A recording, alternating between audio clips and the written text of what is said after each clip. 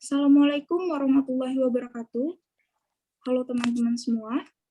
Di sini kami dari Prodi Ilmu Pemerintahan, mata kuliah Civil Society. Dalam presentasi kali ini kami akan membawakan tema yang berjudul Peran Masyarakat Sipil dalam Pemberantas Anak Terlantar.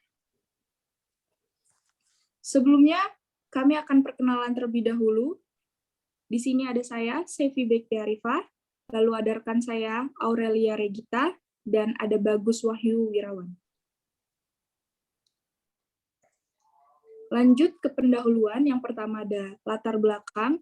Jadi di sini, masyarakat madani yang merupakan terjemahan dari civil society secara ideal merupakan sebuah komunitas masyarakat yang tidak hanya sekedar terwujudnya kemandirian masyarakat berhadapan dengan negara, melainkan terwujudnya nilai-nilai tertentu dalam kehidupan masyarakat, terutama keadilan, persamaan, kebebasan, dan pluralisme.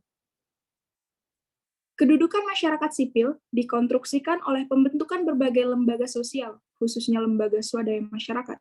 Lembaga swadaya masyarakat yang memiliki otonomi dan kontrol atas proses kegiatan pemerintahan, sangat penting untuk terciptanya masyarakat madani. Pluralisme, kebebasan berpendapat dan berekspresi, serta fungsi kontrol merupakan elemen penting dari demokrasi. Tampak jelas bahwa ada hubungan erat antara demokrasi dan masyarakat sipil. Tidak akan ada demokrasi tanpa perkembangan masyarakat sipil.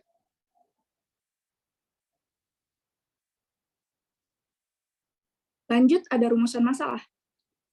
Di sini kami mengambil rumusan masalah, yaitu yang pertama ada bagaimana konsep civil society itu, yang kedua bagaimana manfaat civil society di kehidupan berbangsa dan bernegara, yang ketiga bagaimana peran civil society dalam pemberantas anak terlantar. Lalu ada tujuan. Untuk apa tujuan dari presentasi kita kali ini? Yaitu untuk mengetahui konsep civil society, yang kedua untuk mengetahui manfaat civil society di kehidupan berbangsa dan bernegara, yang ketiga untuk mengetahui peran civil society dalam pemberantasan anak terlantar. Lalu masuk ke kajian teori. Kajian teori itu sendiri yaitu civil society. Untuk memahami civil society, terlebih dahulu harus mengerti bahwa civil society bukan merupakan konsep yang final dan siap pakai, namun merupakan sebuah wacana yang mesti dipandang sebagai sebuah proses yang berkelanjutan.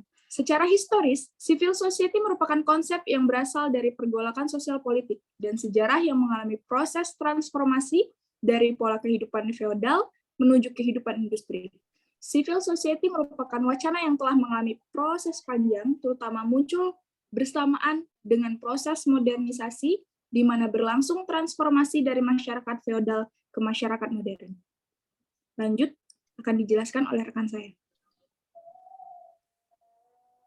Baik, lanjut ke pembahasan selanjutnya.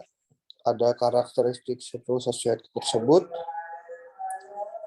Civil society merupakan suatu bentuk kehidupan masyarakat yang memiliki dan mendukung karakteristik atau ciri tertentu. Yang membedakan dengan ciri masyarakat lain, civil society jelas memiliki perbedaan fundamental dengan masyarakat feodal. Oleh karena itu, civil society pun memiliki prasyarat yang menjadi karakteristik antara lain adanya ruang publik yang bebas, free public sphere, yang adanya pilar penegak, lalu yang terakhir adanya budaya civil society itu sendiri. Masyarakat sipil dapat diartikan sebagai pengelompokan dari anggota-anggota masyarakat sebagai warga negara yang mandiri, yang di dalamnya terdapat jaringan-jaringan pengelompokan sosial yang menyakup rumah tangga, organisasi yang bersifat sukarela, sampai dengan organisasi yang pada awalnya dibentuk oleh negara tetapi bertugas melayani kepentingan masyarakat sebagai perantara dari negara pada satu pihak individu dan masyarakat di pihak lainnya. Masyarakat sipil merupakan tempat atau wilayah kehidupan yang terorganisasi yang memiliki ciri-ciri seperti memiliki rasa kesukarelaan, keswasembadaan, keswadayaan, dan memiliki kemandirian yang cukup tinggi dalam berhadapan dengan negara yang memiliki ikatan dengan norma-norma maupun nilai hukum yang dianut oleh warga serta mampu melakukan penguatan masyarakat tanpa terhegemoni dalam berbagai aspek gerakan. Lalu ada konsep masyarakat civil society. Konsep masyarakat sipil pada dasarnya berasal dari proses sejarah masyarakat barat pada tradisi Eropa yang terjadi pada abad ke-18.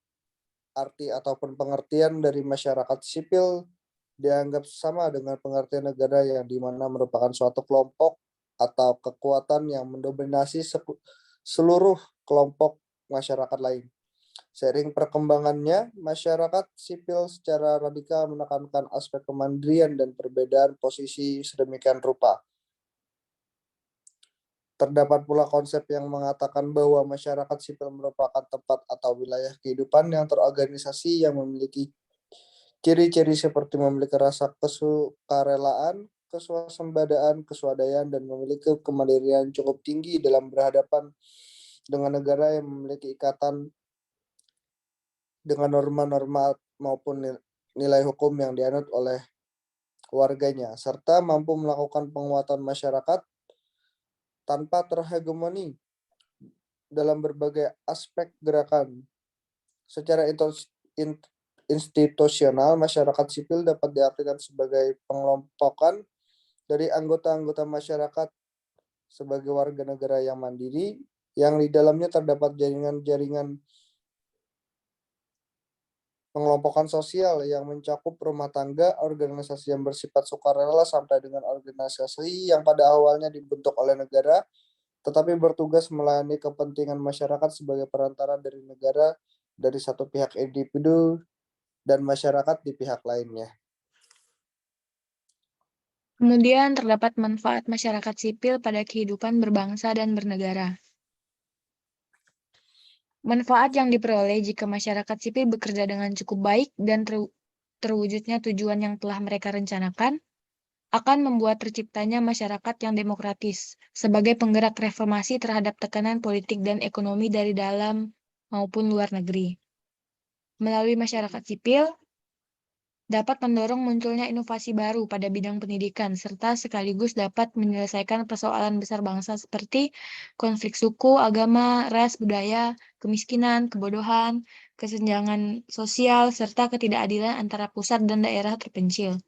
Dengan adanya keberadaan masyarakat sipil, juga akan memberi jalan bagi individu dan negara dalam memenuhi kepentingan keanggotaan volunteer yang mampu memberikan masukan terhadap keputusan pemerintah. Dalam mewujudkan masyarakat sipil yang baik, dibutuhkan motivasi yang tinggi sekaligus dibutuhkan partisipasi nyata dari individu sebagai anggota masyarakat. Kemudian peran civil society dalam pemberantasan anak terlantar, yang dimana Indonesia telah mengesahkan Undang-Undang Nomor 4 Tahun 1979 tentang kesejahteraan anak. Karena hal tersebut seharusnya sudah dapat menjadi rujukan dalam pengambilan kebijakan terhadap perlindungan anak. Namun, harapan hanya tinggal harapan. Kondisi anak-anak di Indonesia masih saja mengalami berbagai permasalahan sosial. Pada kasus ini, sesuai dengan data yang kami dapat, organisasi masyarakat sipil melaksanakan pembuatan konten di media sosial dan brosur terkait dengan pemberantasan anak terlantar pada bidang edukasi. Tidak hanya itu, organisasi masyarakat sipil atau biasa disebut dengan OMS juga menyelenggarakan webinar pada penduduk rumah tangga terkait dengan menjaga perekonomian keluarga, agar tidak terjadi permasalahan yang kemudian akan mengakibatkan terlantarnya anak dari keluarga tersebut. Karena akar dari kasus terlantarnya anak juga karena status ekonomi sebuah keluarga. Kesimpulan yang dapat kami ambil dari pembahasan di atas yaitu masyarakat sipil memiliki prinsip pentingnya wacana publik sekaligus keberadaan sebuah ruang publik yang bebas. Keberadaan masyarakat sipil di Indonesia seperti gerakan civil society yang berkembang di Eropa Timur dapat dikatakan sebagai fenomena baru yang belum banyak dikenal pada kawasan yang lain, termasuk Indonesia.